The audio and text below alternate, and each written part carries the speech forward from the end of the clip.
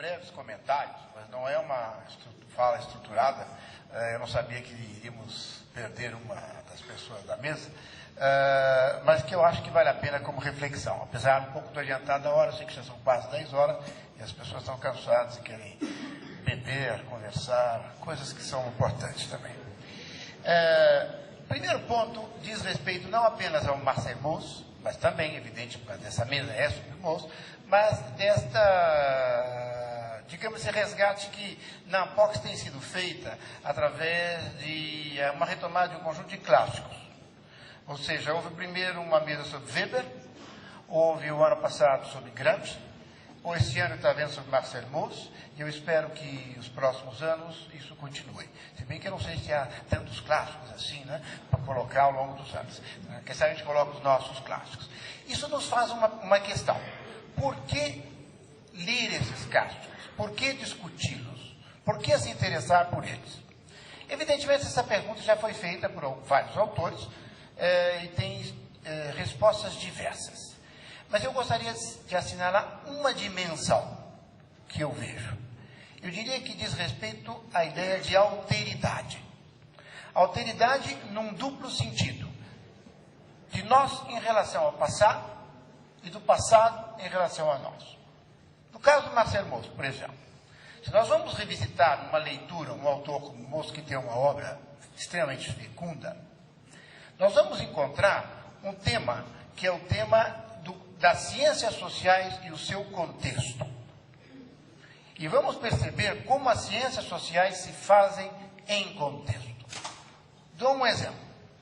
Como eu sabia que ia participar da mesa como coordenador, eu voltei à biografia, uma enorme biografia que foi feita por um sociólogo canadense sobre Marcel Mauss. Eu já conhecia essa bibliografia, a biografia já tinha lido.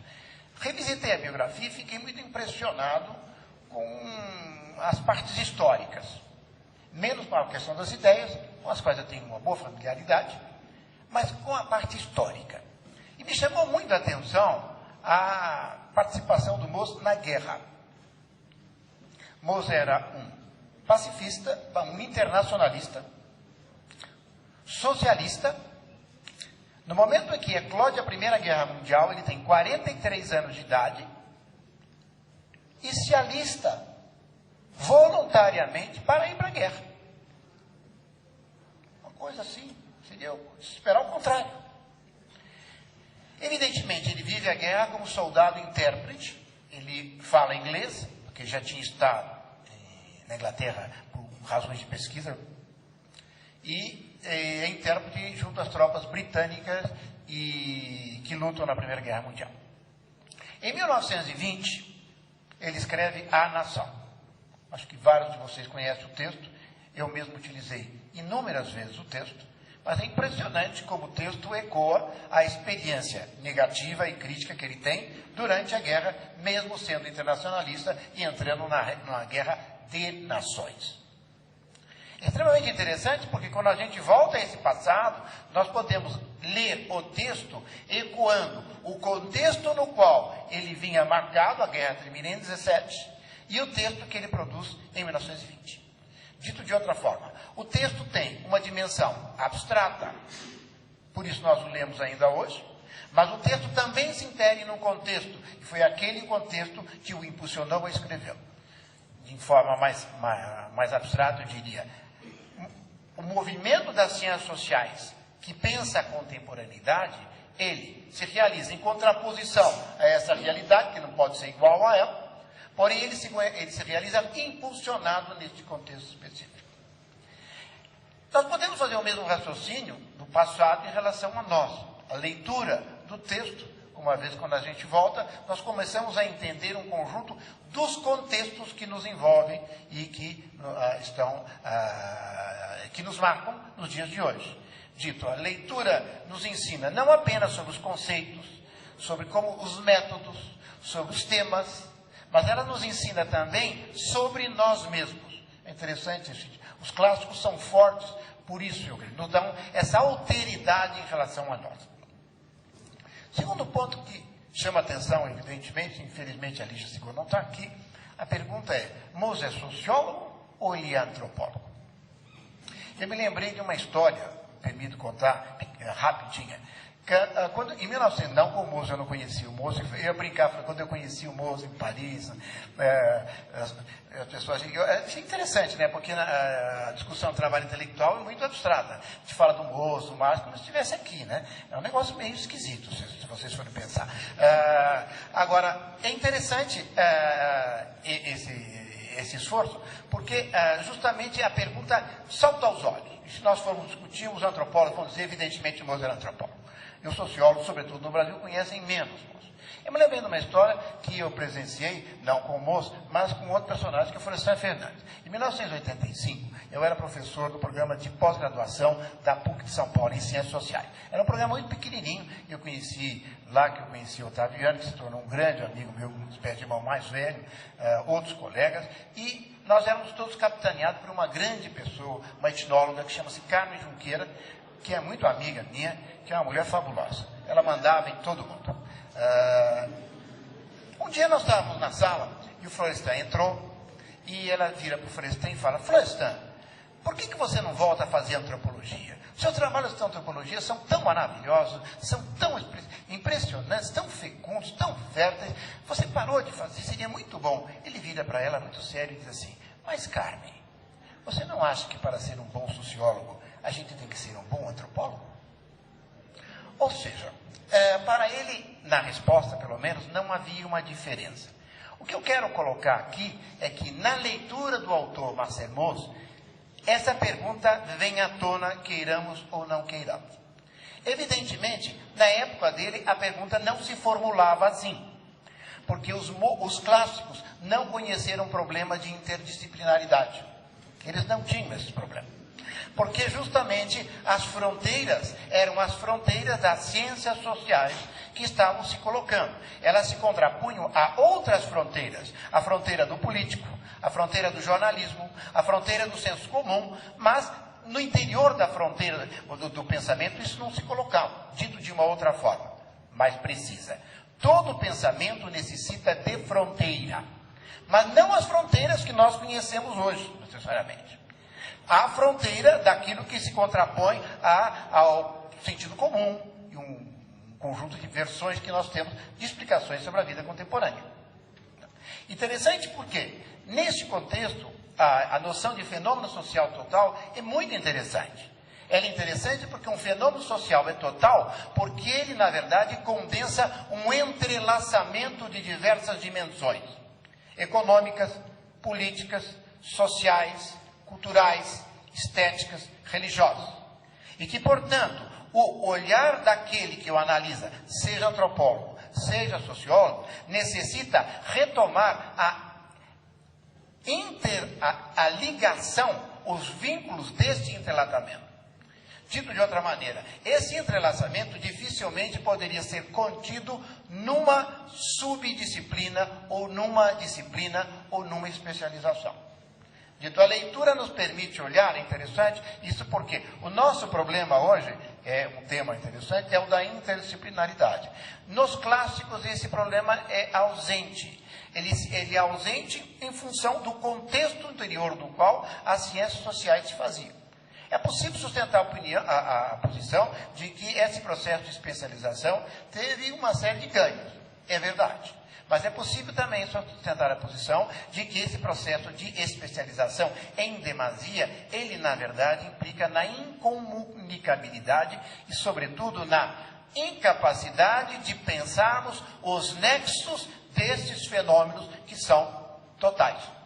Eu acho que a leitura do Mauss é interessante também nesse sentido, porque nos coloca uma questão, e ele enfrentou isso de maneira muito clara, e ele cunha mesmo o conceito de fenômeno social total. Esse fenômeno social total, na verdade, ele tem uma multiplicidade de dimensões que desafia o olhar do cientista social de dar conta dessa multiplicidade. Um outro tema que surge da leitura do Mauss, que é muito interessante, está aí o Antropologia, Sociologia e vários outros, é o tema da religião. Esse tema da religião se diferencia em dois grandes eixos. Um primeiro eixo, evidentemente, é o eixo antropológico. o diálogo que o Mauss tem com a antropologia, em particular a antropologia britânica, é extremamente fecundo. E ele, na verdade, vai à Inglaterra, tem colegas na Inglaterra, ele realmente ele é marcado por todo um movimento de pensamento que se dá na Inglaterra. Porém, há também um outro lado que às vezes nós esquecemos, que é o da história das religiões. Não esqueçamos que Mauss foi para Louvain para aprender sânscrito. E também, justamente no momento do século XIX ainda, no final do XIX, no qual as línguas indo-europeias eram um debate candente no contexto europeu. Um dos seus discípulos, Georges Dumézil, será posteriormente um grande indo-europeísta, que vai trabalhar um conjunto de temas. Esse contexto sobre a religião pode ser visto de duas formas, eu creio. Uma primeira forma é o tema mesmo da religião. O tema da religião é um tema clássico entre os clássicos das ciências sociais. Ele está em Marx, e é curioso porque fetichismo da mercadoria vem de feiticismo da mercadoria, que é uma palavra de origem portuguesa. Já podemos ficar orgulhosos, né, dos neologismos construídos. Feiticismo da mercadoria não é inglês nem francês, é português. E vem justamente de uma palavra, quando os portugueses entram em contato com o mundo da África Negra e que eles vão tentar entender, digamos, esses diversos tipos de rituais e de cultos que aí existem. No caso do Weber, isso é muito forte. Confucianismo, brahmanismo, budismo, islamismo, cristianismo, ética protestante, espírito capitalista, que nós conhecemos, faz parte desse contexto. E claro que em Durkheim, também a escola de sociologia francesa, com as formas alimentares da vida religiosa, o tema da religião é extremamente importante. No tema da religião, é importante entender que o estatuto da religião, naquele momento, no final do XIX, do século XX, ele é muito importante. Ele é mais do que importante, ele é decisivo. Decisivo porque ele está vinculado à problemática da modernidade e à problemática da secularização. Hoje em dia, se nós formos ler os livros do Mauss, nós estamos num outro contexto.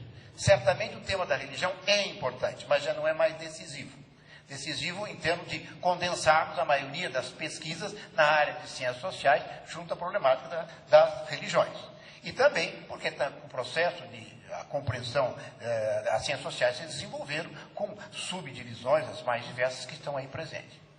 Porém, o tema da religião tem uma outra dimensão, e é essa que eu gostaria de sublinhar na leitura. É que, em torno da religião, é que se trabalha a problemática da representação.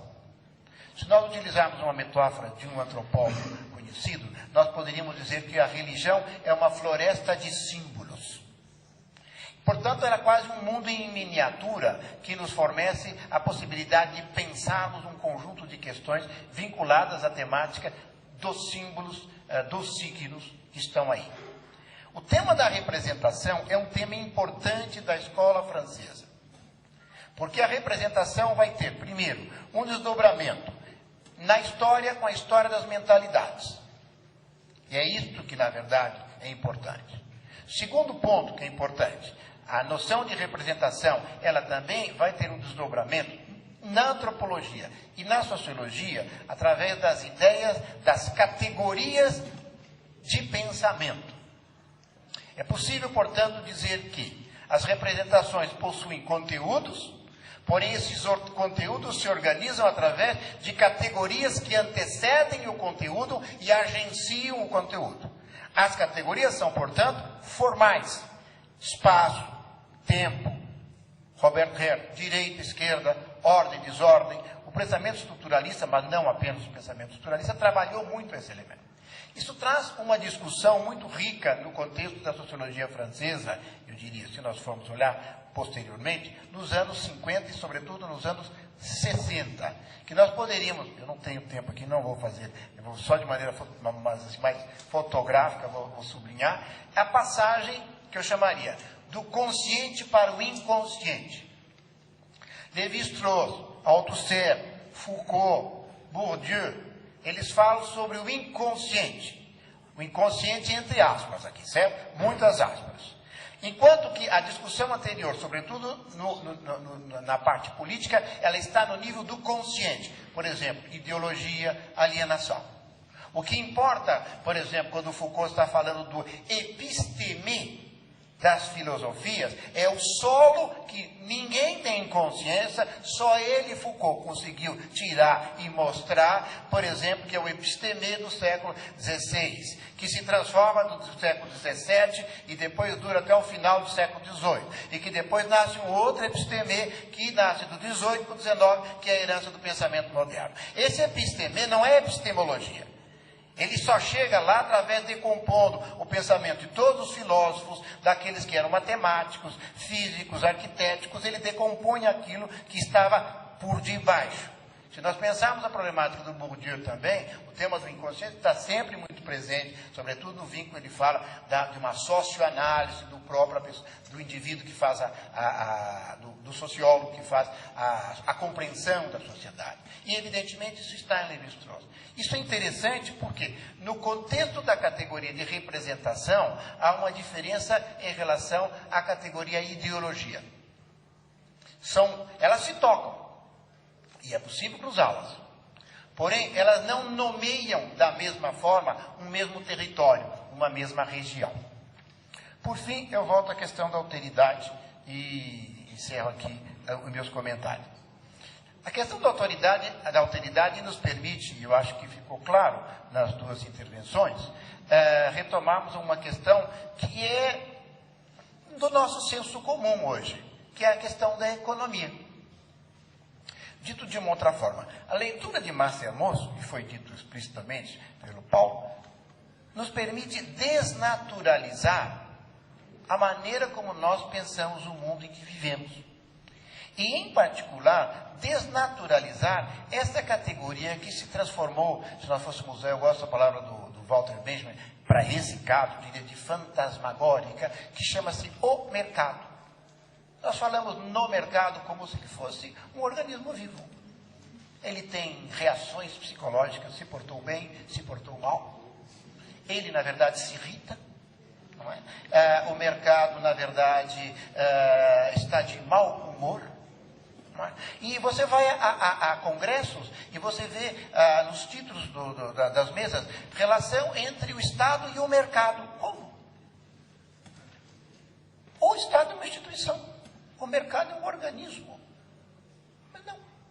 Nós transformamos o mercado numa coisa tão natural que faz parte já do nosso jargão, no interior do senso comum universitário, naturalizado. Eu acho que a leitura do Mauss nos permite, no texto sobre a dádiva, primeiro, entender que o mercado, ou o que nós denominamos de mercado, que seria desta economia, é um fato, primeiro, recente na história das sociedades humanas. Isso é um primeiro ponto que nos coloca. Segundo, no contexto mesmo de hoje, não de Mauss, porque hoje, com o desenvolvimento do capitalismo, o desenvolvimento da própria economia, que tem um razoável grau de autonomização, não estamos na fase que ele estava escrevendo. É importante entender que, mesmo nesse contexto, existe uma presença forte do simbólico. Eu queria recuperar um elemento. O tema do simbólico não desaparece num mundo, agora vamos usar o jargão, mercantil. Eu acho que não existe assim mundo mercantil, mas como metáfora podemos usar. Se o mundo é mercantil, se o mundo é utilitário, isso é uma dimensão deste mundo. A leitura dele nos permite ler que no contexto deste mundo existe também poder simbólico. Isso é o título de um dos livros do Bourdieu, não é? Justamente, que trabalha a problemática do simbólico. Significa, portanto, que a problemática do poder passa tanto pelo econômico, e passa sim pelo econômico, mas passa também pelo universo simbólico. E que o universo simbólico não desaparece diante das questões da economia. Porém, nós estamos tão, eu vou usar uma palavra que eu não gosto, mas que nesse momento eu acho que ela ajuda, colonizados pelo discurso econômico, que isso se transformou numa questão banal. Eu acho que a leitura do Mauss nos ajuda, nesse caso, a retrabalhar ou repensar o senso comum também universitário. Muito obrigado.